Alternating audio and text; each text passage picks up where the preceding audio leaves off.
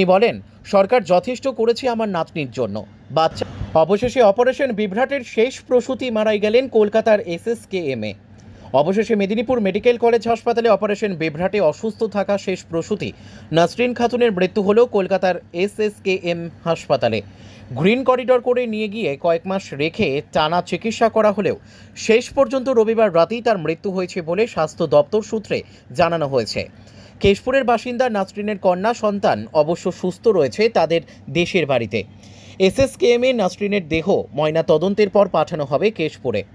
উল্লেখ করা যায়, গত 8ই জানুয়ারি রাতে মেদিনীপুর মেডিকেল কলেজ হাসপাতালে একসঙ্গে 5 জন প্রসূতির সিজার অপারেশন হয়েছিল। সেই অপারেশনে 5 জন প্রসূতিই অসুস্থ হয়ে পড়েছিলেন। 10ই জানুয়ারি মৃত্যু হয়েছিল প্রসূতি মামুনি রুই দাসের। তারপরে বিষয়টি সামনে আসতেই চরম উত্তেজনাপূর্ব মুহূর্ত তৈরি হয়েছিল মেদিনীপুর মেডিকেল কলেজ হাসপাতালে।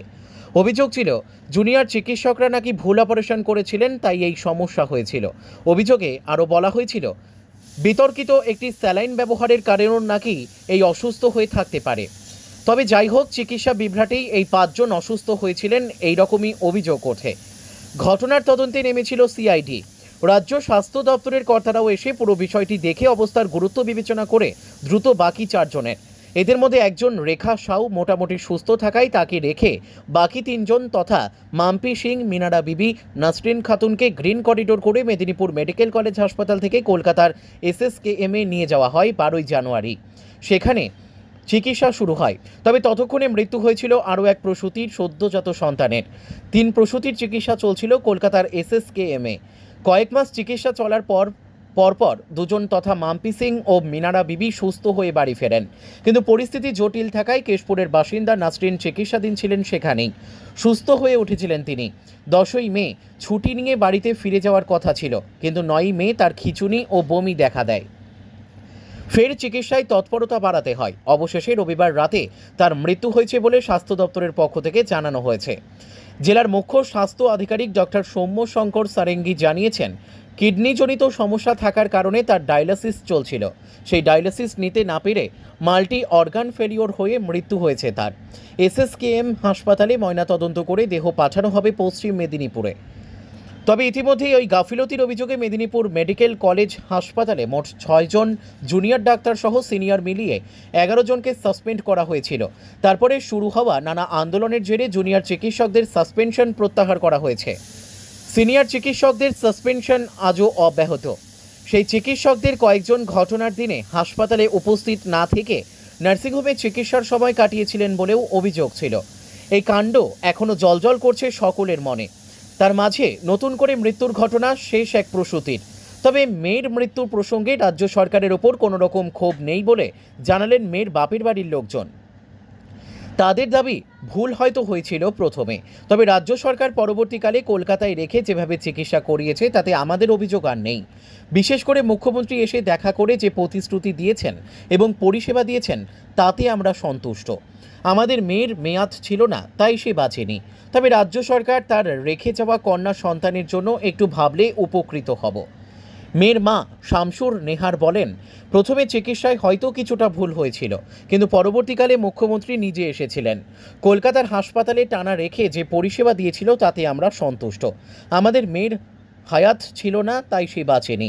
তবে সরকারকে বলবো তার রেখে যাওয়া কন্যা সন্তানকে যেন একটু দেখে।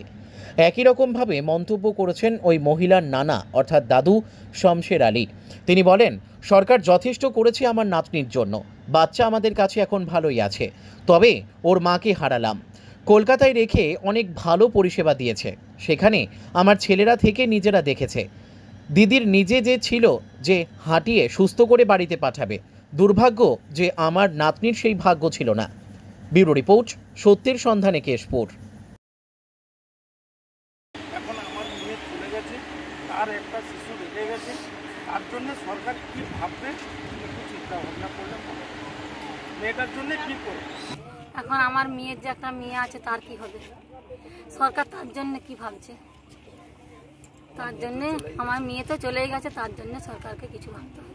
আপনার মেয়ে ছেলে আপনার সঙ্গে কথা বলেছিল যতদিন মানে অসুস্থ ছিল? হ্যাঁ, জেনারেল বেডে আমার সঙ্গে কথা বলেছিল আমার মেয়ে। তো মেদিনীপুরে যে চিকিৎসা হয়েছিল এটা কি ভুল চিকিৎসা হয়েছিল? হ্যাঁ, ভুল চিকিৎসা হয়েছিল। আপনার মেয়ের নাম কি? নাসরিন খাতুন। তাই তো? হ্যাঁ। এখন মেয়ে ছেলে এখানকে আসবে না মানে না সেখানে আমার এখানকে আসবে। এখানকে আসবে? আর কোনো আপনার মেয়ে ছেলের সন্তান আছে? না একটাই সন্তান, একটা এই প্রথম সন্তান, তাই প্রথম তো? সন্তান।